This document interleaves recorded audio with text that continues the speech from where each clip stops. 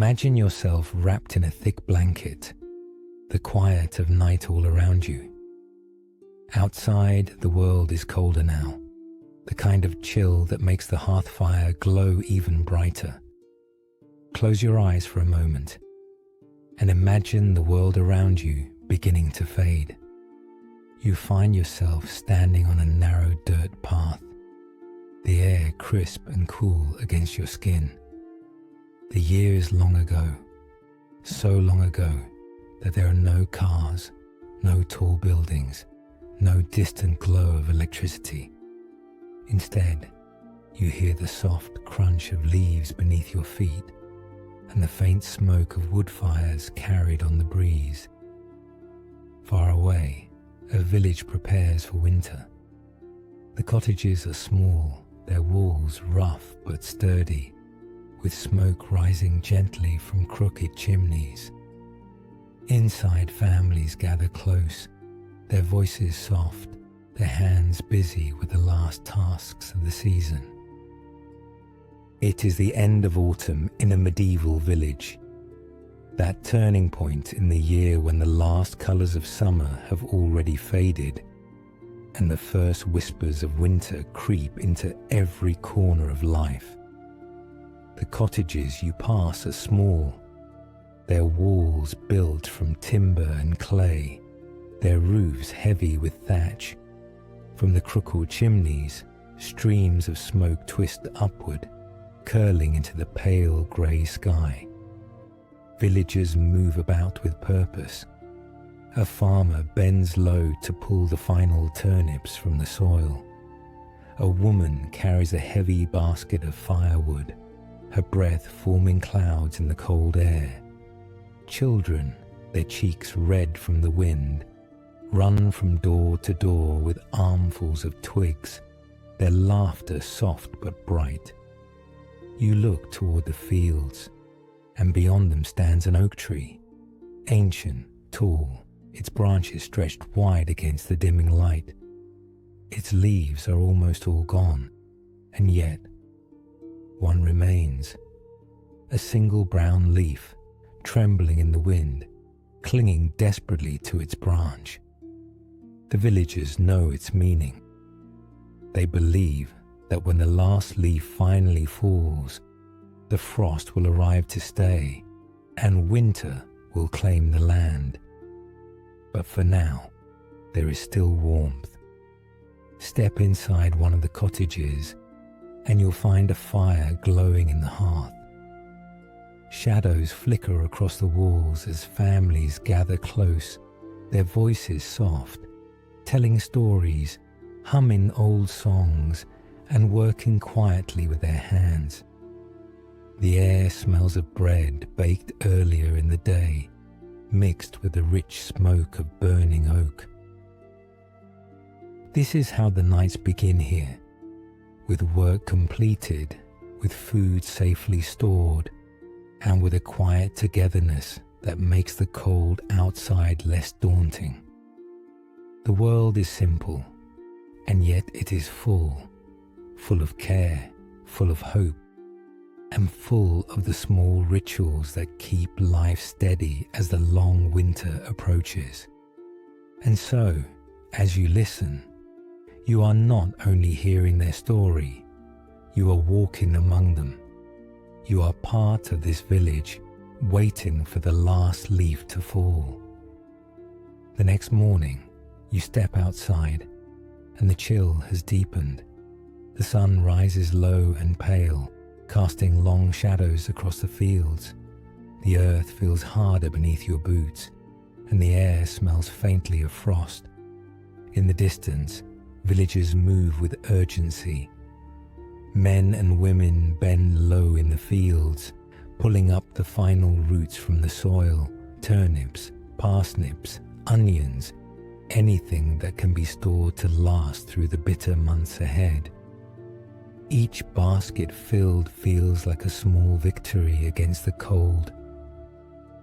You pause for a moment to watch an older man bundle stalks of grain together, his hands rough and weathered, his breath heavy in the sharp air. He wipes his brow with the back of his sleeve, and though the work is hard, there's a quiet determination in his movements. Every sheaf he ties is more than food. It is security, a promise that his family will not go hungry when the snow covers the earth. As you walk further, you notice women spreading herbs to dry on cloth near the cottages: sage, thyme, rosemary. Their scents drift faintly in the wind, mingling with the sharp bite of smoke. These herbs will flavor broths, heal sickness, and remind families of the warmer days that now seem far away. By the village well, voices rise in chatter as buckets of water are pulled up, heavier now with the weight of ice forming along the rope.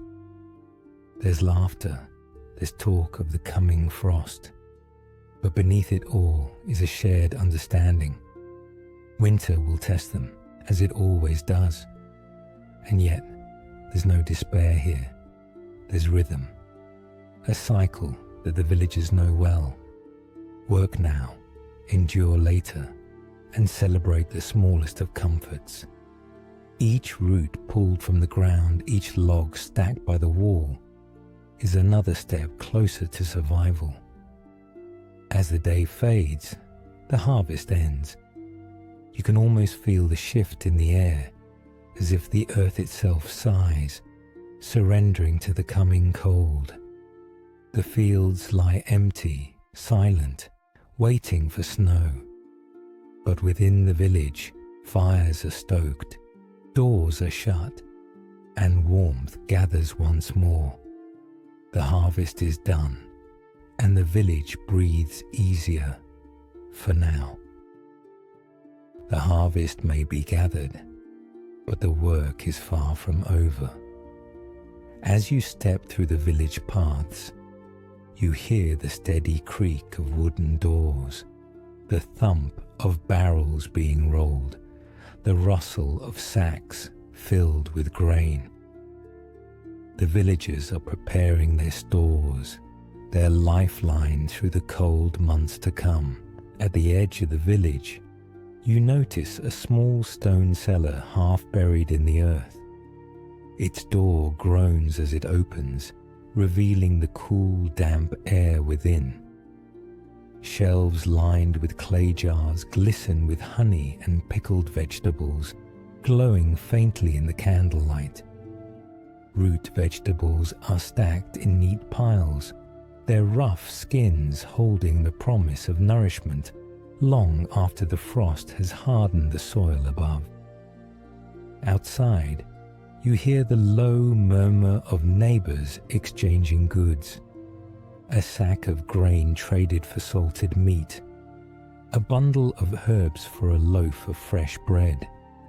The village breathes like one body, each family leaning on the other, weaving a web of survival that binds them closer as the cold draws near. By evening, the stores are secured, the doors are barred, and as you step back into the crisp night, you glance up at the sky. The first stars glitter, sharp against the deepening blue, as if winter itself were watching, waiting. The preparations are nearly done. Now, all that remains is to endure. The morning arrives sharp and still. When you step outside, the earth crunches softly beneath your feet. A thin lace of frost clings to the grass, glimmering pale silver under the weak light of dawn. The air tastes different now, cleaner, sharper, every breath visible in little clouds that rise and fade. The villagers move slower today.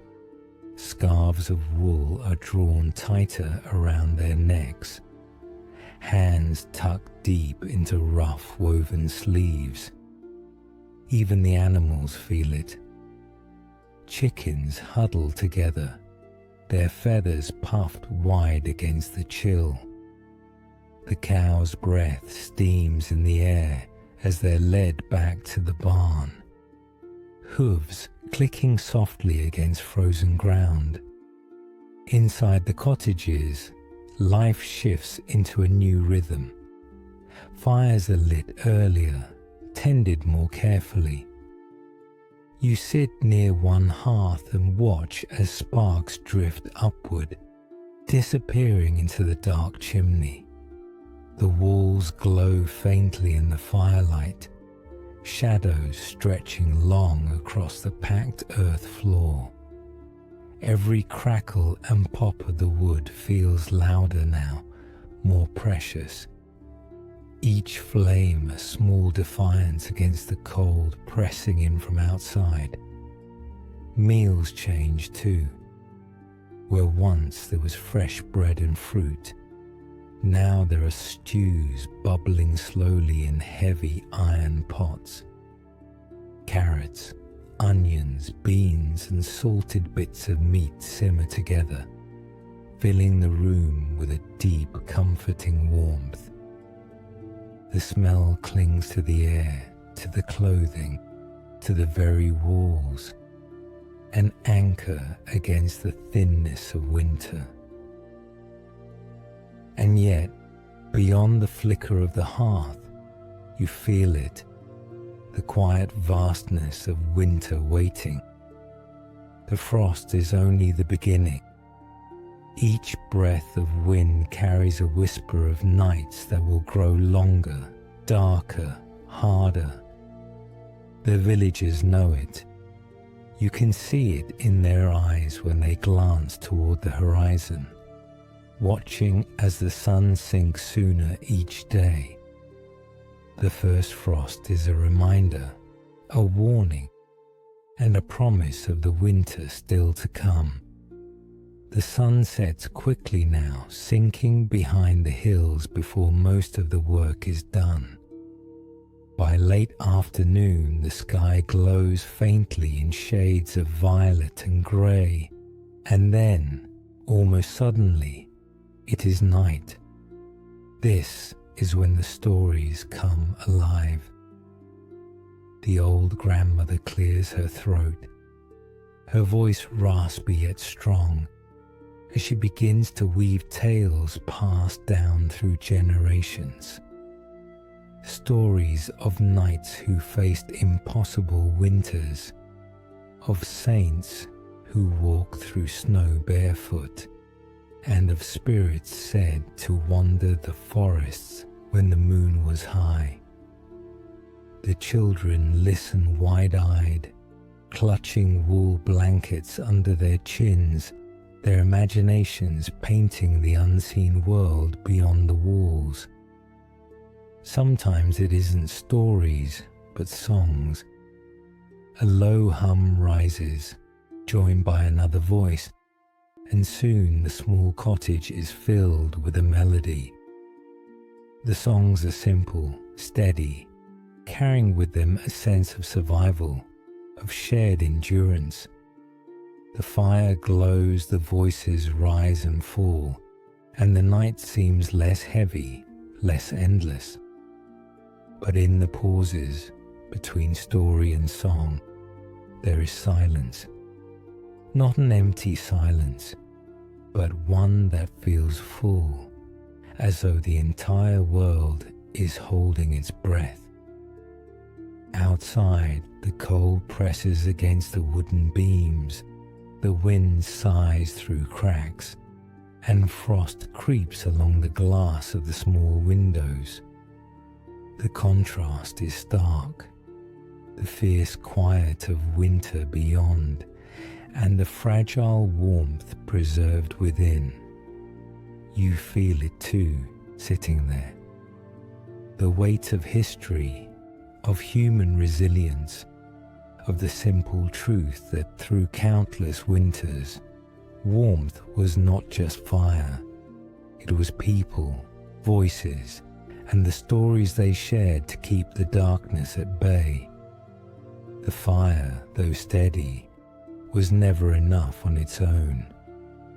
Wood was precious, and by midwinter, every log burned was a choice, one less piece for tomorrow. So the villagers learned to stretch warmth, to hold onto it with cleverness and instinct passed from one generation to the next. Beds were not soft feathered nests like those of the wealthy.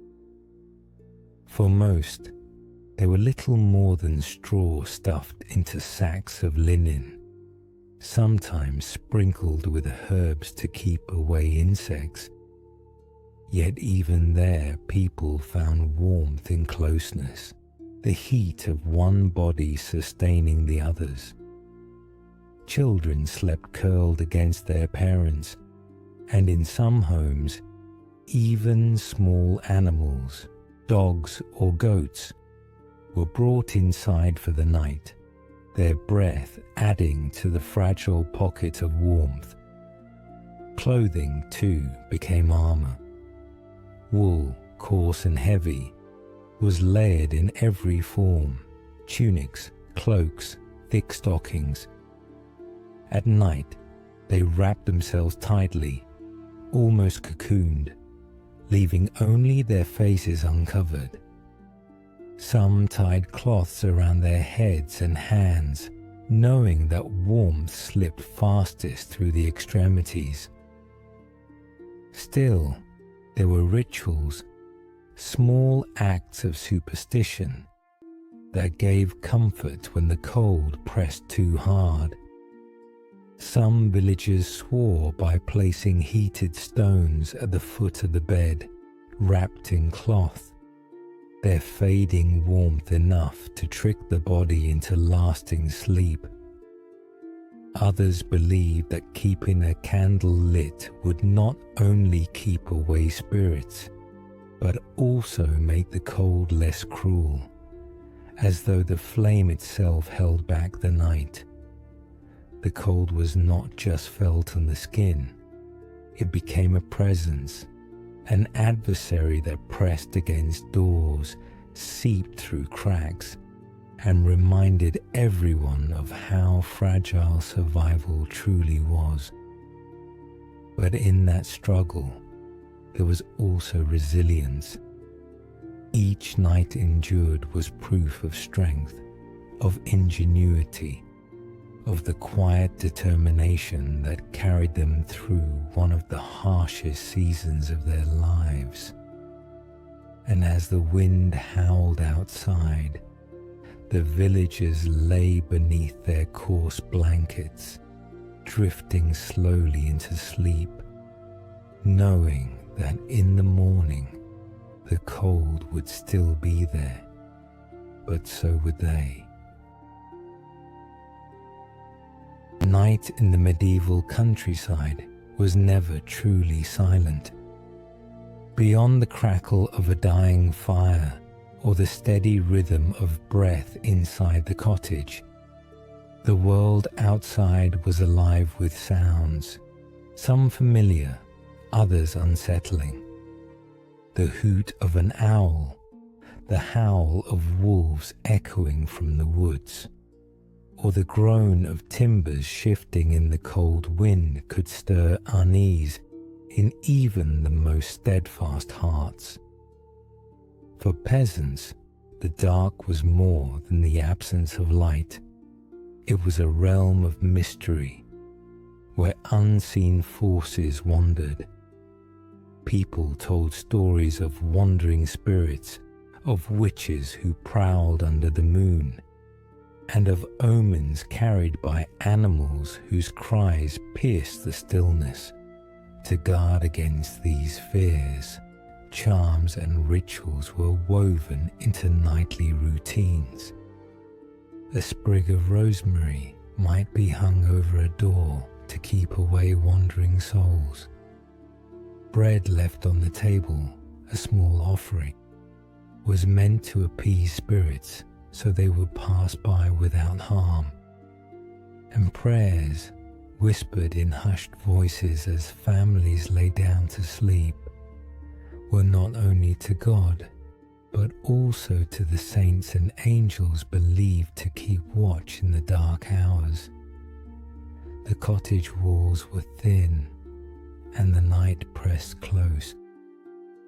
Children listened wide-eyed to the old tales told by their elders, half dreading and half enchanted by the thought of unseen things moving beyond the door.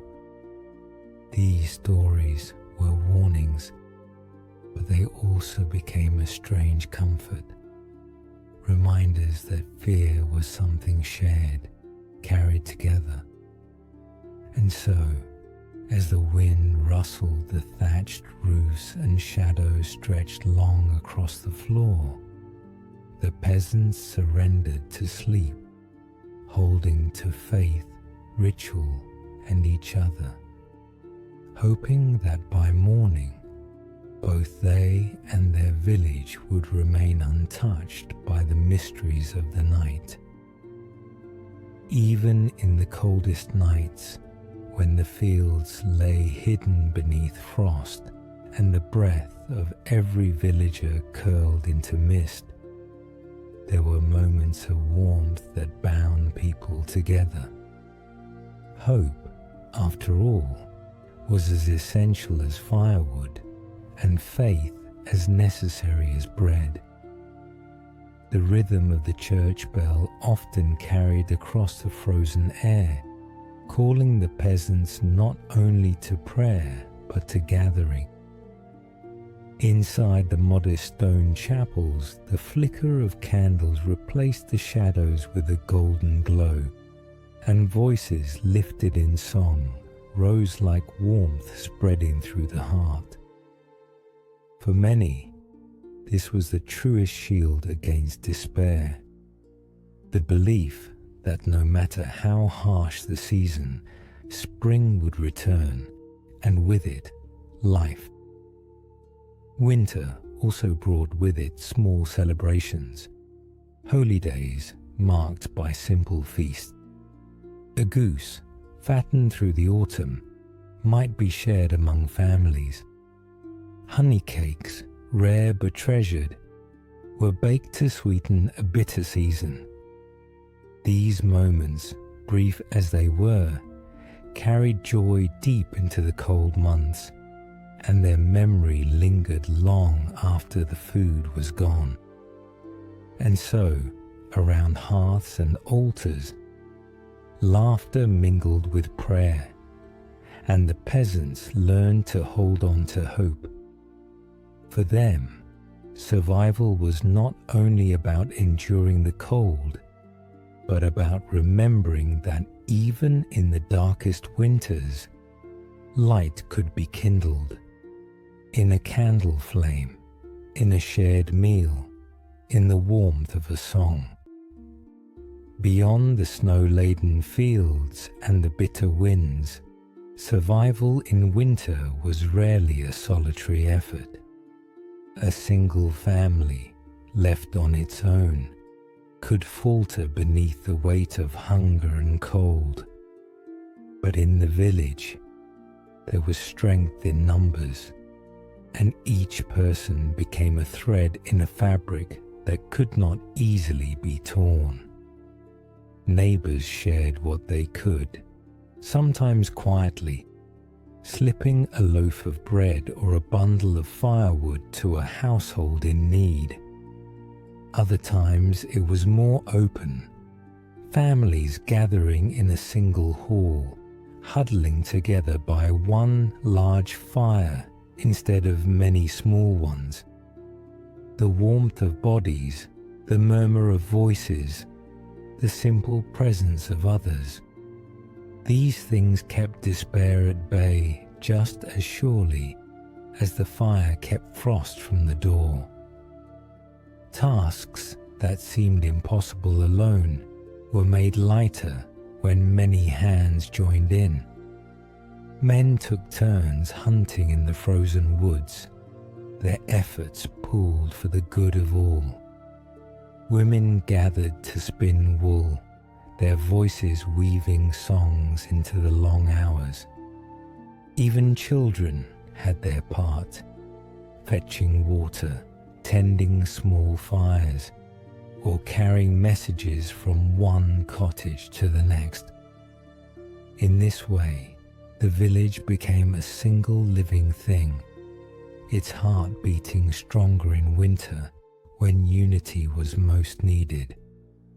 And though life was harsh, the peasants learned a quiet truth. Together, they could endure far more than any one of them could alone. The bond of community was their greatest defense, not only against the cold that crept in through cracks and shadows, but against the loneliness that winter so often carried. For in the company of others, even the coldest night was made a little warmer. At last, after months of frost and endless nights, the earth began to soften. The first sign was not grand, but small, a trickle of water running beneath the ice, a bird's call carried on a warmer breeze, the faintest hint of green pushing through the thawing ground. For the peasants, these were not just signs of a changing season. They were proof that their endurance had meaning. Each log placed on the fire, each meal stretched to feed another day, each story whispered in the dark. They had carried the village through the silence of winter. The air grew gentler, and with it, spirits lifted. Children once again played outside without fear of the cold stealing their laughter. Men turned the soil, eager to see it yield grain once more. Women opened shutters wide, letting sunlight fall across wooden floors that had known only shadows. Around the village, the world stirred back to life. The forests whispered with birdsong. The rivers broke free of their frozen shells, and fields that had slept beneath snow began to dream of harvests. The peasants knew hardships would come again, but for now they allowed themselves to breathe deeply, to feel warmth on their skin, to believe in tomorrow. The coldest nights had taught them something that no summer could, that endurance, patience, and unity were as necessary as food or fire. And as spring wrapped the earth in his tender embrace, the people of the village carried with them the quiet knowledge that even in the darkest winters, light would always return. And so the village rested, not in fear of the nights to come, but in hope of the days ahead.